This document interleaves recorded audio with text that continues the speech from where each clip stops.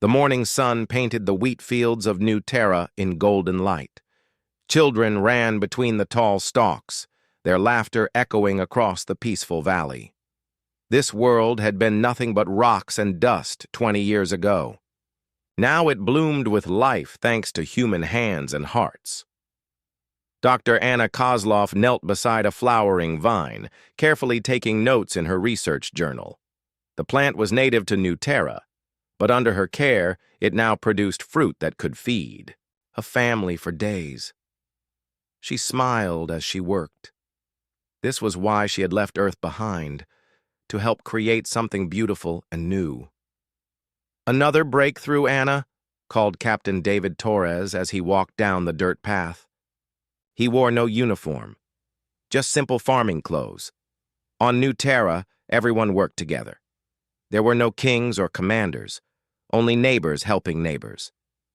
"The protein content is up another 12%, Anna replied, standing to brush dirt from her knees.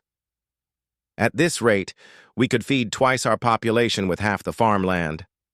David nodded with approval. New Terra was home to 50,000 humans now, but they always planned for more. Ships arrived every few months, bringing new families, new dreams, new hopes for a better life among the stars. The colony had grown beyond anyone's wildest expectations. What started as a small research outpost had become a thriving community. Engineers had built cities that worked with nature instead of against it. Artists painted murals on buildings that told the story of human exploration. Musicians played concerts under alien stars that somehow felt like home. But it was the children that made New Terra special. They played games their grandparents never could have imagined, chasing butterfly-like creatures that glowed in the dark. They learned about Earth in school but called this world home. They dreamed of becoming explorers like their parents, but they wanted to build rather than just discover. "The morning reports are in," David said, pulling out a small device. 3 more births this week, 2 new marriages, and the harvest projections are looking good for next month. Anna laughed. "You sound more like a mayor than a captain these days." "Maybe because there's nothing to captain," David replied. "No threats, no wars, no enemies, just people trying to live good lives." New Terra had no military in the traditional sense. David commanded a small defense force, but they spent most of their time helping with construction projects and rescue operations. Their weapons were old and rarely used. The biggest emergency in recent memory had been a bridge collapse during a storm, and even that had ended with everyone working together to build something better. The 2 friends walked toward the main settlement, passing farms and workshops where humans created everything they needed to survive and thrive. The air smelled of fresh bread from the bakeries and clean earth from the gardens. No factories polluted the sky. No vehicles crowded the roads. New Terra proved that humans could live simply and still reach for the stars. "Anna, David," called out Tom Miller, the colony's head of communications. He jogged toward them with unusual urgency. "We've got incoming ships. Big ones." David felt his stomach tighten. New Terra rarely received unannounced visitors. Most ships from Earth followed scheduled routes that everyone knew about weeks in advance. "How many?" David asked, his voice staying calm even as his mind began racing through possibilities. 5 vessels, Tom replied, breathing hard. "They're not human designs. The computer can't identify them, but they're asking for permission to land. They claim to be traders from something called the Valerian Consortium." Anna and David exchanged glances. First contact with an alien species was something every colony dreamed about and feared. The possibility of making new friends among the stars was exciting. The possibility of making new enemies was terrifying. "What do they want?" Anna asked. "They say they're interested in establishing trade relationships," Tom answered. "Their ambassador wants to meet with our leadership to discuss mutual benefits." David thought for a moment. New Terra had protocols for this situation, though no one had ever expected to use them. The colony would welcome visitors with open arms but remain cautious. They would share their culture and friendship freely but protect their people above all else. Send them landing coordinates for the diplomatic pad, David decided. Tell them we're honored by their visit and look forward to meeting them. But also activate the emergency communication system. I want Earth to know we have visitors. Tom nodded and hurried back toward the communications center. Anna placed a hand on David's shoulder. This could be the beginning of something wonderful, she said softly. Imagine what we could learn from them. Imagine what we could teach them. David smiled, but worry lines remained around his eyes. I hope you're right, but I've read enough. History to know that first contact doesn't always go the way we hope. Within hours, the alien ships descended through New Terra's atmosphere. They were sleek and silver, shaped like teardrops that seemed to cut through the sky with effortless grace. Crowds gathered to watch the landing, children pointing at the sky with wonder and excitement. The ships touched down on the diplomatic landing pad with barely a whisper. For several minutes, nothing happened. Then hatches opened and the aliens emerged. They were tall and thin, with pale blue skin that seemed to shimmer in the sunlight. Their faces were angular and sharp, with large dark eyes that missed nothing. They wore robes that looked expensive and moved with the confidence of beings who were used to being in charge. The lead alien stepped forward and spoke in perfect English. Greetings, humans of New Terra. I am Ambassador Thyrak of the Valerian Consortium. We come in peace, seeking friendship and profitable relationships with your people. David stepped forward to meet him, flanked by Anna and other colony leaders. Welcome to New Terra, Ambassador Thyrak. I am Captain David Torres. We're honored to meet you and learn about your people. Thyrak's smile seemed genuine, but his dark eyes remained cold and calculating. The honor is ours, Captain. We have traveled far to reach your beautiful world. Perhaps we might discuss how our peoples can help each other prosper. As the two groups began their first formal meeting, neither humans nor aliens could predict how this encounter would change everything. New Terra's age of innocence was about to end, though none of them knew it yet. The negotiations had been going well for 3 days. Ambassador Thyrak and his team seemed genuinely interested in learning about human culture and sharing knowledge about the galaxy. They admired the colony's artwork, praised the efficiency of the farming systems, and asked detailed questions about human technology.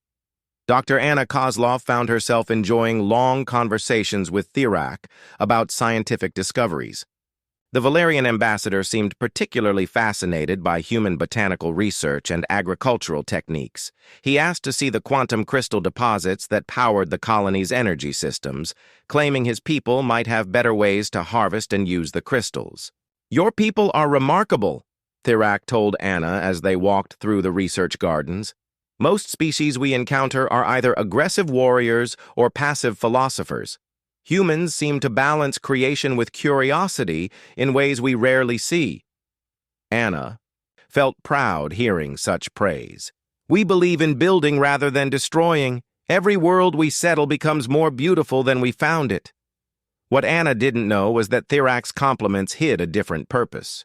While he spoke of friendship during the day, his teams worked secretly at night. Small Valerian devices were planted near critical infrastructure. Orbital scanners mapped every building, every defensive position, every possible escape route.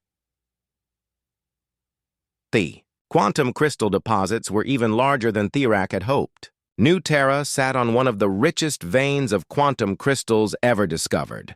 These crystals were essential for the new weapon systems the Valerian Consortium was developing. With these resources, they could become the dominant military power in their region of the galaxy. The Valerian way was simple and brutal. If you wanted something, you took it. If someone was weaker than you, they existed to serve your needs. They had built their empire by conquering hundreds of worlds and enslaving dozens of species. Humans would just be the latest addition to their collection of useful slaves. Captain David Torres began to feel uneasy on the 4th day. Several colonists had reported seeing strange lights in the sky at night. The aliens' questions about defense, systems, and population centers seemed odd for trade negotiations. Most concerning, the quantum crystal mines were showing unusual energy readings that the engineers couldn't explain. "Something's not right," David told his small security team during their morning meeting. "I can't put my finger on it, but my instincts are screaming warnings." Lieutenant Roy Parker, David's second in command, nodded in agreement. "The Valerians keep asking about our communication systems and supply schedules. That's not typical trader behavior." "Maybe we're being paranoid," suggested Maria Santos, the colony's intelligence officer. "This is first contact. We don't know what normal alien behavior looks like." David wanted to believe Maria was right, but 20 years of military experience had taught him to trust his gut feelings. He decided to quietly prepare defensive measures while continuing negotiations. If nothing happened, no harm was done. If something went wrong, New Terra would be ready. That afternoon, Tom Miller burst into the conference room where David was meeting with Thyrak about grain export quotas. Tom's face was pale with shock and fear. "Captain, we've detected artificial objects in orbit," Tom announced, his voice shaking. 12 devices that weren't there yesterday. They're not broadcasting identification signals." The room fell silent. Thyrak's expression didn't change, but David noticed the alien's hands tighten slightly on his ceremonial staff. "Is there something you'd like to tell us, Ambassador?" David asked quietly. Thyrak stood slowly, his previous friendliness melting away like ice in the sun.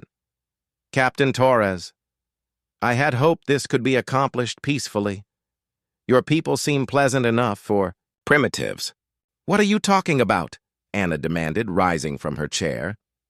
"The Valerian Consortium requires the quantum crystal deposits on this world," Thyrak explained with cold efficiency.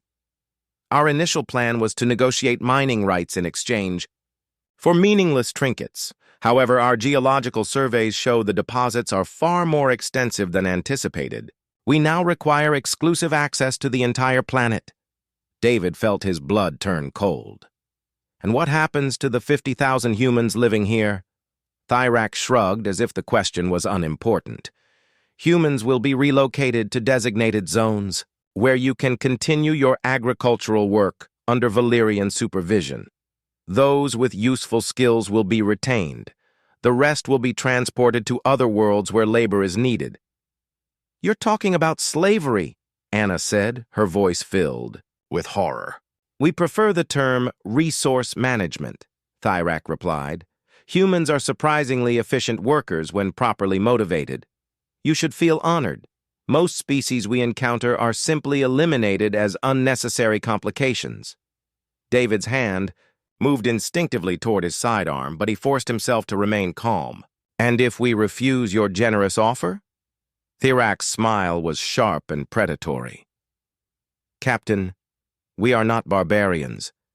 We gave you an opportunity to surrender peacefully. Since you seem reluctant to accept reality, we will demonstrate the futility of resistance." The ambassador activated a small device on his wrist. High above New Terra, the orbital mines began to power up. Their targeting systems locked onto the colony's most populated areas. "You have 1 hour to begin evacuation procedures," Thyrak announced. "After that, we will commence pacification operations. Resistance will be met with overwhelming force." David looked at Anna, then at Tom, then back at Thyrak. "You want to kill 50,000 innocent people for some rocks in the ground?" "I want to acquire valuable resources with minimal waste of Valerian time and energy," Thyrak corrected. "How many humans die in the process is entirely up to you." The next hour was chaos. David ordered immediate evacuation of all civilians to the reinforced shelters built deep underground. He sent desperate messages to Earth, knowing they were too far away to send help in time. The colony's small defense force prepared their outdated weapons, knowing they were facing impossible odds. Anna worked frantically to evacuate her research laboratory, trying to save 20 years of scientific work. She gathered seeds, genetic, samples and data crystals containing information that could help rebuild if any humans survived. As the evacuation sirens wailed across New Terra, Thyrak and his team returned to their ships.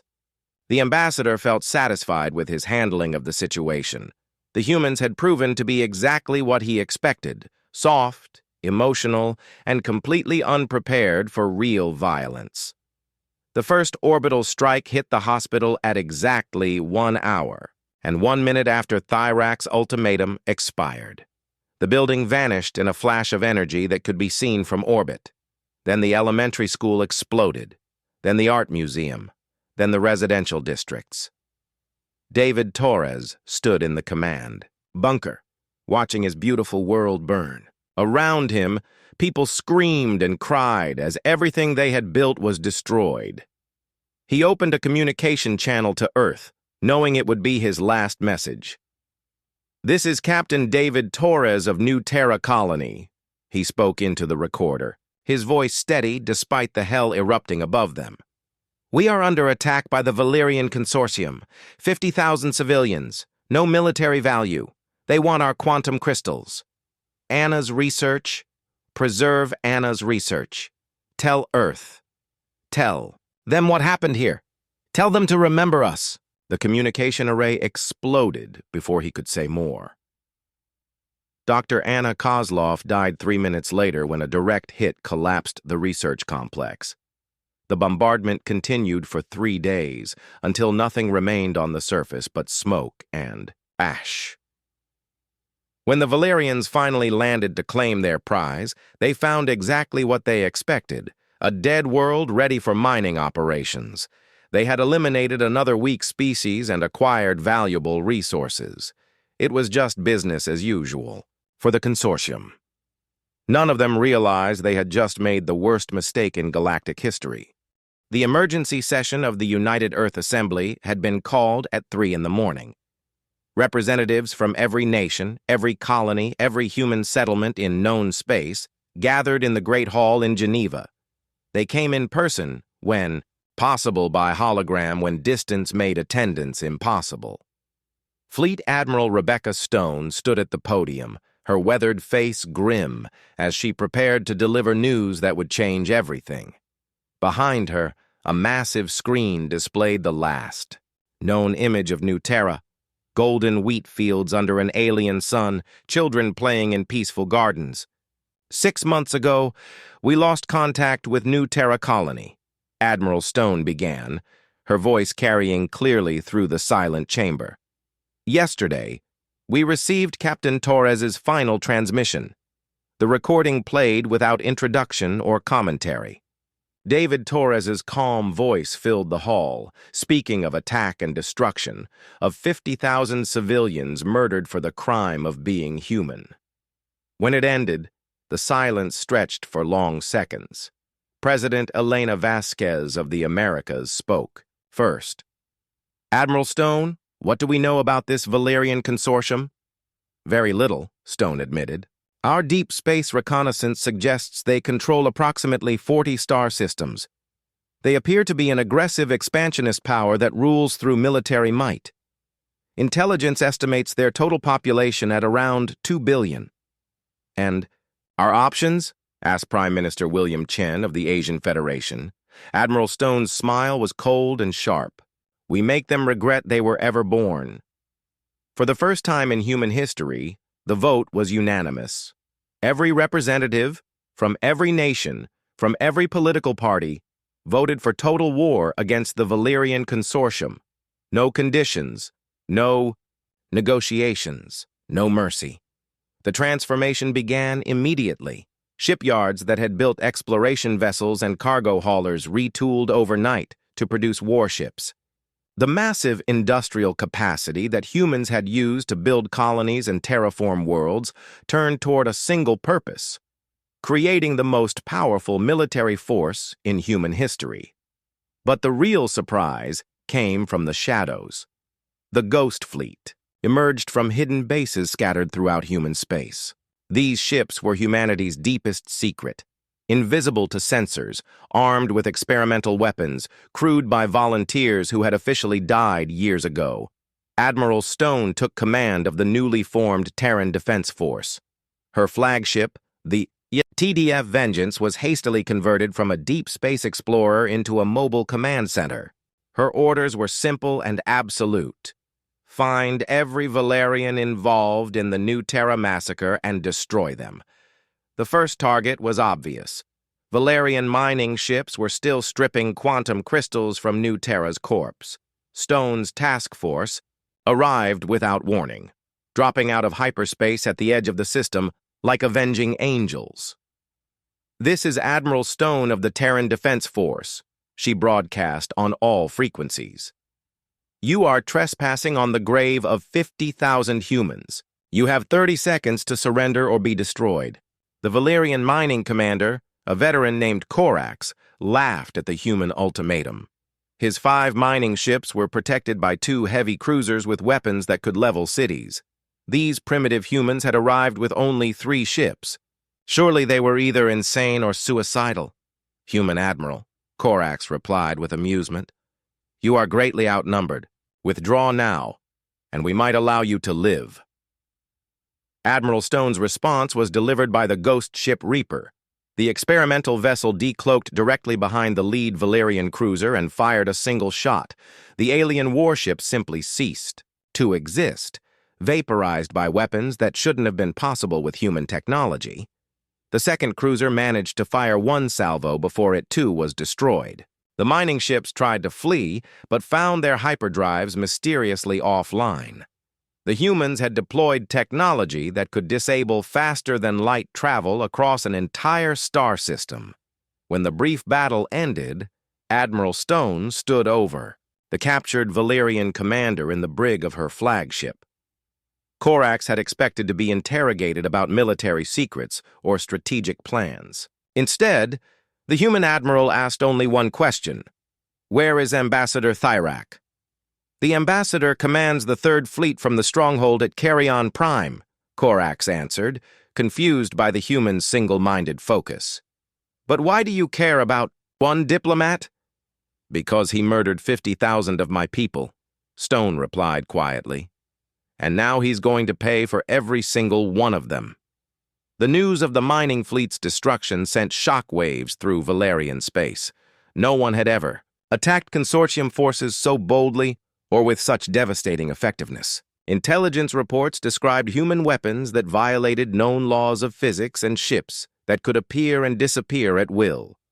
High Command dismissed the reports as exaggerations born of fear and surprise. Humans were a primitive species, with limited technology and no military experience. The loss of a few mining ships was insignificant compared to Valerian might. That attitude changed when human forces struck 3 more systems simultaneously. Military outposts that had stood for centuries were reduced to debris fields. Trade routes that had operated safely for decades became killing grounds where Valerian ships simply vanished without trace. But the humans weren't just destroying military targets. They systematically attacked every symbol of Valerian power: government buildings, commercial centers, industrial facilities, communications networks. Nothing was considered off-limits if it served the consortium's interests. Supreme Commander Viler, leader of all Valerian military forces, called an emergency meeting of the High Council. The chamber was filled with politicians and military leaders who had never faced a threat they couldn't simply overwhelm with superior numbers. "The human attacks are becoming more coordinated and more devastating," Viler reported, his blue skin pale with stress. "They seem to know our ship movements, our supply routes, our defensive positions. We've lost contact with 17 outposts in the past month." "How is this possible?" demanded High Counselor Zethus. "Humans are a minor species with no significant military tradition.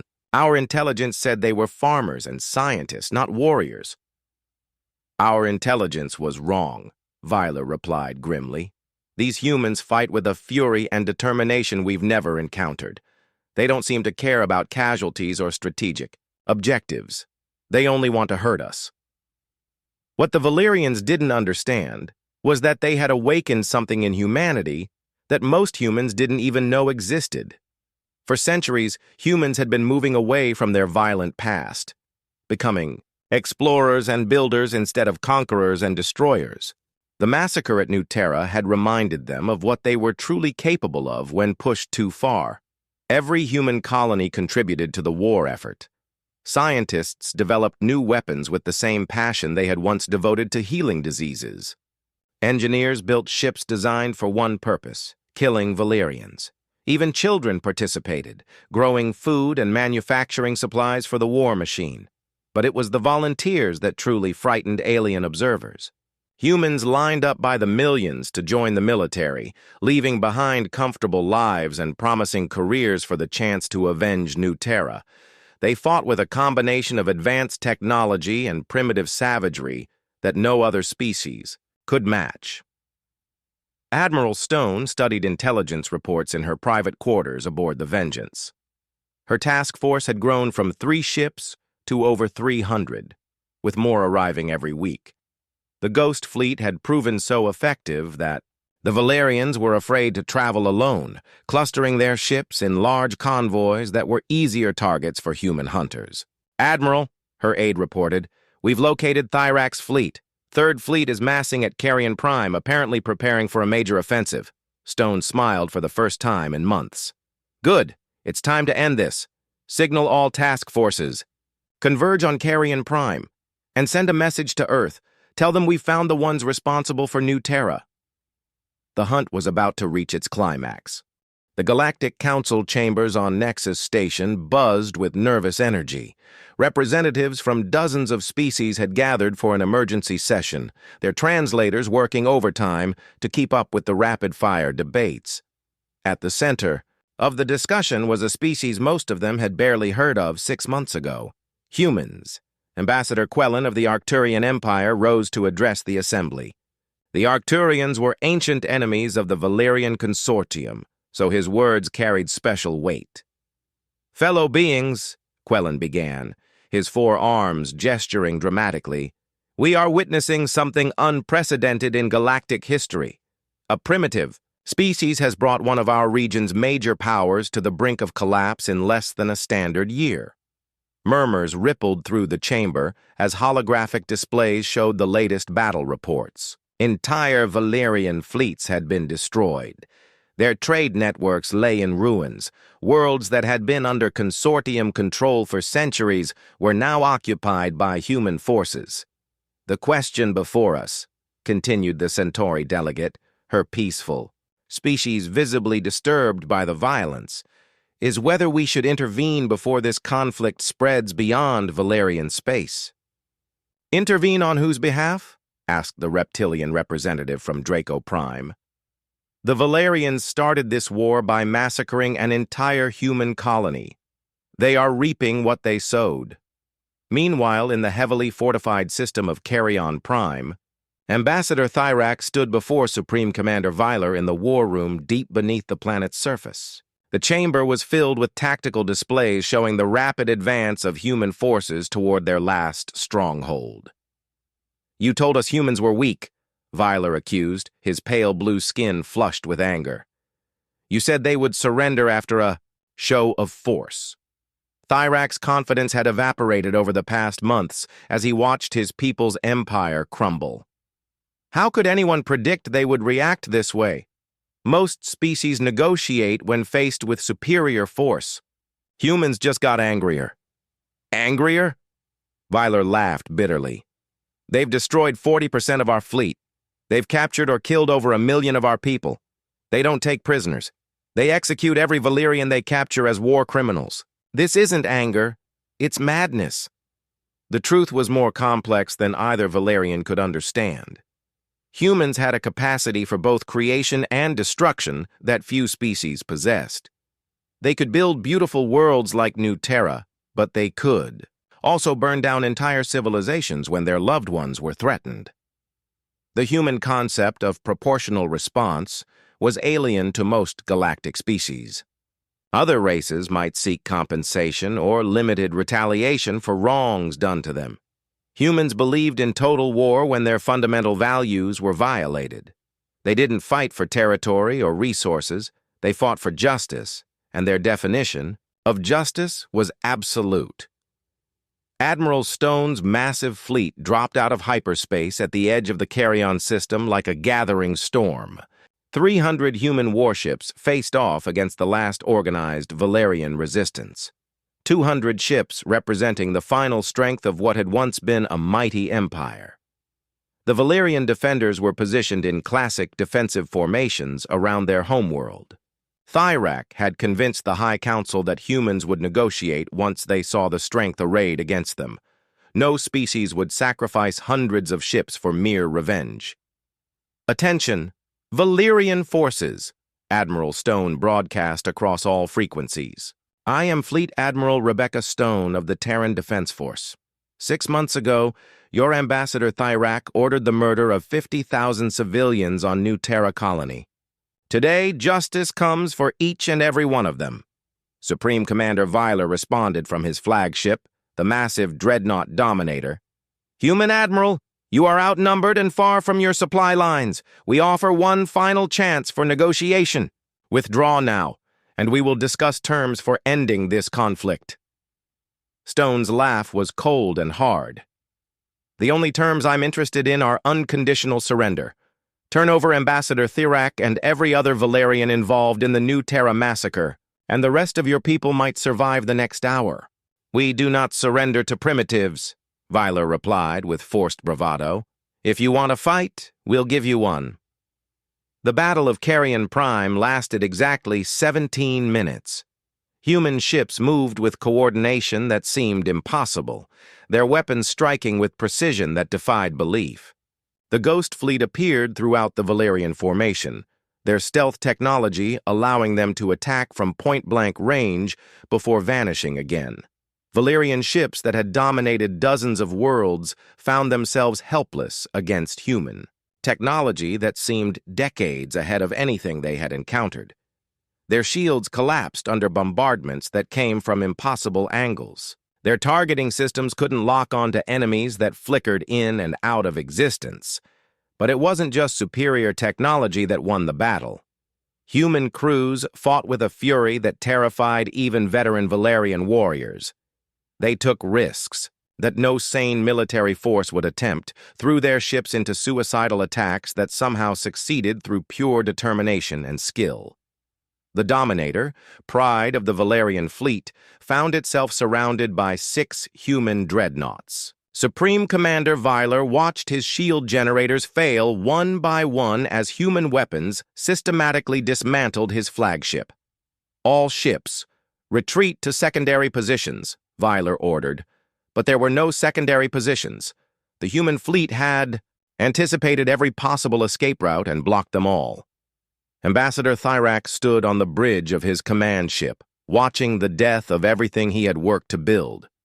The Valerian Consortium, which had dominated this region of space for 3 centuries, was being destroyed by a species that most of them had never heard of a year ago.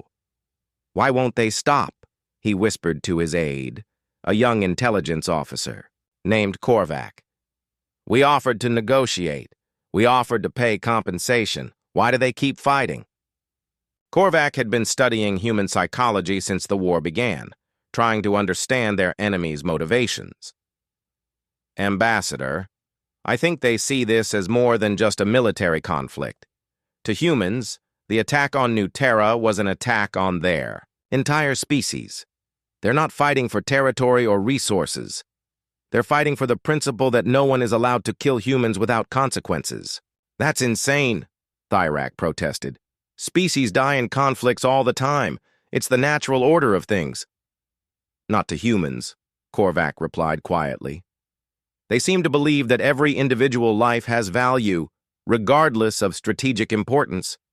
When we killed those 50,000 colonists, we didn't just eliminate a threat. We murdered 50,000 individuals that other humans loved and cared about. Thyrak finally understood, but it was too late. The human fleet had broken through the last defensive line and was closing in on his position. Around him, bridge officers worked frantically at their stations, trying to find some way to escape the approaching doom. This is Admiral Stone. came the broadcast from the human flagship. "Ambassador Thyrak, your ship is surrounded and your fleet is destroyed. You have 60 seconds to surrender or we will open fire." Thyrak looked around at his remaining crew, young Valerians who had believed in the consortium's destiny to rule the galaxy. He had led them into this disaster through his arrogance and miscalculation. "All ships," Thyrak broadcast on the fleet frequency, "cease resistance and prepare for surrender. The war is over." But as he spoke those words, Thyrak activated a hidden transmitter in his command chair. This final message would be broadcast across the entire galaxy, warning every species about the terrible mistake he had made. "To all civilizations who might be listening," Thyrak's voice carried across thousands of light years, "this is Ambassador Thyrak of the Valerian Consortium. We have been defeated by the human species after destroying one of their colonies. We killed 50,000 humans on one world, and in response, they have killed millions of us across dozens of worlds. The lesson is clear. Never, never make the mistake of killing a human. They do not forgive, and they do not forget." The transmission ended as human marines boarded Thyrak's ship to take him into custody. The galaxy had been warned, but the message came too late to save the Valerian Consortium. 5 years had passed since the last Valerian warship surrendered at the Battle of Carrion Prime. The galaxy had changed in ways no one could have predicted when Ambassador Thyrak first set foot on New Terra. The Valerian Consortium no longer existed except in history books and bitter memories. The aftermath of the war had been swift and thorough. Human forces systematically dismantled every Valerian military installation, shipyard, and weapons factory they could find. The species that had once dominated 40 star systems was scattered across the galaxy as refugees, their survivors dependent on the charity of other races. Some alien civilizations had welcomed the displaced Valerians, offering them new homes in exchange for their technical knowledge. Others had turned them away, fearing that association with the losers of such a devastating conflict might anger the victorious humans. The Valerian people learned what it meant to be powerless in a galaxy where strength determined survival. The human military had grown into the most feared force in known space. What started as a desperate mission of revenge had evolved into a professional war machine that no other species dared challenge. Human ships patrolled trade routes that had once been Valerian territory, their presence a constant reminder of what happened to those who threatened human civilians. But the humans had surprised everyone, including themselves, with what they did with their victory.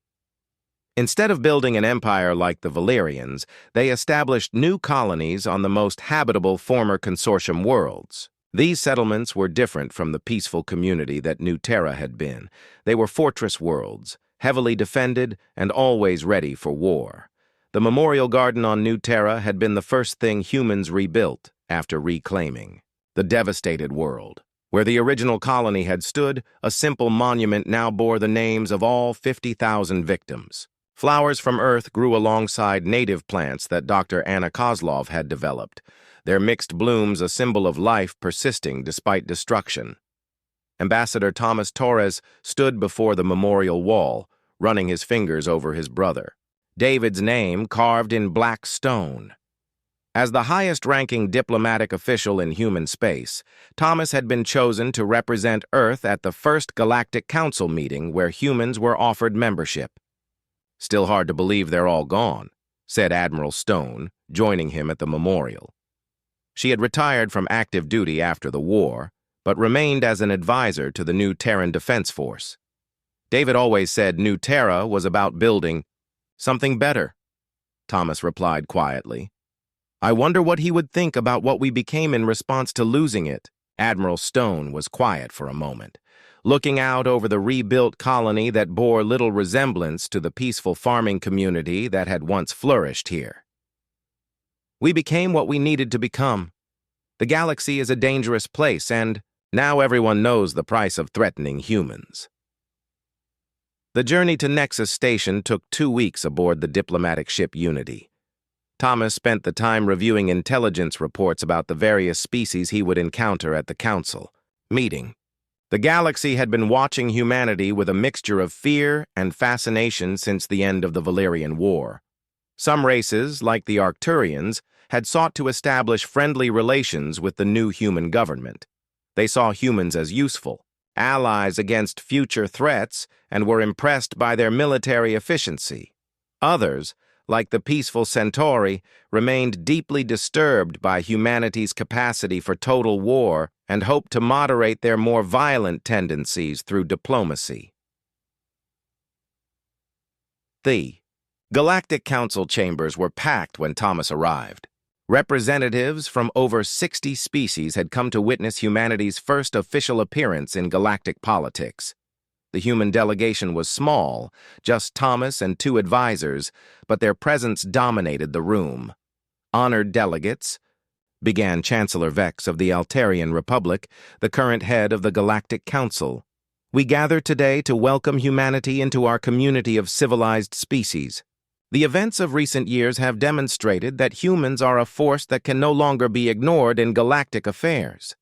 Thomas stood to address the assembly, feeling the weight of thousands of eyes upon him. His words would be transmitted across the galaxy, heard by billions of beings who were still trying to understand what humanity represented. Fellow sapients, Thomas began, his voice carrying clearly through the vast chamber. I stand before you not as a conqueror, but as the brother of a man who died trying to build something beautiful on a distant world. Captain David Torres believed in the possibility of peaceful coexistence among different species. He welcomed Valerian visitors with open arms, offering friendship and cooperation. The chamber was completely silent as Thomas continued. My brother and 49,999 other humans died because Ambassador Thyrak saw their kindness as weakness. The Valerian Consortium believed that might made right, that the strong could simply take what they wanted from the weak. Some delegates shifted uncomfortably in their seats. The principle Thomas was describing had governed galactic politics for millennia. Most species accepted that stronger civilizations naturally dominated weaker ones. We proved them wrong, Thomas said simply. Humans may have seemed weak to Valerian eyes, but we had something they did not understand. The absolute certainty that some things are worth fighting for, no matter the cost. When you murder our families, you don't just kill individuals. You awaken something in our entire species that will not rest until justice is done. Ambassador Quellen of the Arcturian Empire rose to speak. Ambassador Torres, the galaxy acknowledges the thoroughness of humanity's response to Valerian aggression. But many of us wonder about human intentions now that your revenge is complete. Do you seek to build an empire on Valerian ruins? Thomas shook his head. We have no interest in ruling other species. We want what we've always wanted, to build communities where humans can live and grow in peace. But we've learned that peace requires strength. The galaxy must understand that attacking human civilians will result in consequences so severe that no sane being would ever consider it. And what of the Valerians themselves? Asked the Centauri delegate, her voice filled with compassion. Their civilization lies in ruins, their people scattered as refugees. Surely justice has been served? The Valerian people are not our enemies, Thomas replied. Many of them had nothing to do with the attack on New Terra, but their leaders made a choice that brought destruction upon their entire civilization. We hope other species will learn from their example. What Thomas didn't say was that every human settlement now maintained defenses that could destroy entire fleets. Human shipyards continued producing warships at a rate that alarmed intelligence services across the galaxy. The message was clear. New Terra would never happen again. The formal ceremonies concluded with humanity being granted full membership in the Galactic Council. But the real negotiations happened in private meetings over the following days. Trade agreements were signed, mutual defense pacts were discussed, and slowly, the galaxy began to adjust to a new reality where humans were a major power. On his last night at Nexus Station, Thomas stood at an observation deck looking out at the stars. Tomorrow, he would return to Earth to report on humanity's debut in galactic politics. The meetings had gone well, but he couldn't shake the feeling that his brother would have handled things differently. "David would have tried to make friends," Thomas said to Admiral Stone, who had joined him at the viewport. "David's way got him and 50,000 others killed," Stone replied bluntly. "Your way will keep it from happening again." 3 months later, a small exploration ship from the Corvan Republic made contact with a human patrol near the edge of former Valerian space. The Corvan captain was nervous. His species had heard the stories about human ruthlessness and wanted to avoid any incidents. "Human vessel," the Corvan captain transmitted. "This is the exploration ship Wanderer. We are conducting scientific surveys in this region and mean no harm to your people." The response came immediately from the human patrol cruiser Vigilant. "Corvan vessel, this is Captain Lisa Park. Welcome to this region of space. Are you in need of any assistance with your surveys?" The Corvan captain was surprised by the friendly tone. We're studying gravitational anomalies in nearby systems. Our equipment is functioning normally, but thank you for the offer." "Understood, Wanderer.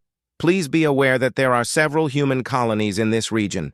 If you need supplies or emergency assistance, you're welcome at any of our stations. Safe travels." As the two ships parted ways, the Corvan captain marveled at the interaction. These were the same humans who had destroyed an entire civilization in less than a year, yet they had offered help to complete strangers. Perhaps the key to dealing with humans was simpler than anyone realized. Treat them with respect, and they would respond in kind. The story of New Terra became known throughout the galaxy as the Valerian Protocol. It was taught in military academies as an example of how quickly a minor conflict could escalate into total war. Diplomatic schools used it to demonstrate the importance of understanding cultural differences before making critical decisions. But for humans, it remained something more personal. Every colony, every ship, every human settlement in space carried the memory of 50,000 people who had died trying to build something beautiful among the stars. They had learned that the galaxy was a dangerous place, but they had also proven that some things were worth fighting for, no matter the odds. Ambassador Thirak's final transmission continued to be broadcast across the galaxy, a warning that echoed through space long after the Valerian consortium had faded into history. Never, never make the mistake of killing a human. They do not forgive, and they do not forget. The galaxy was warned. Most chose to listen.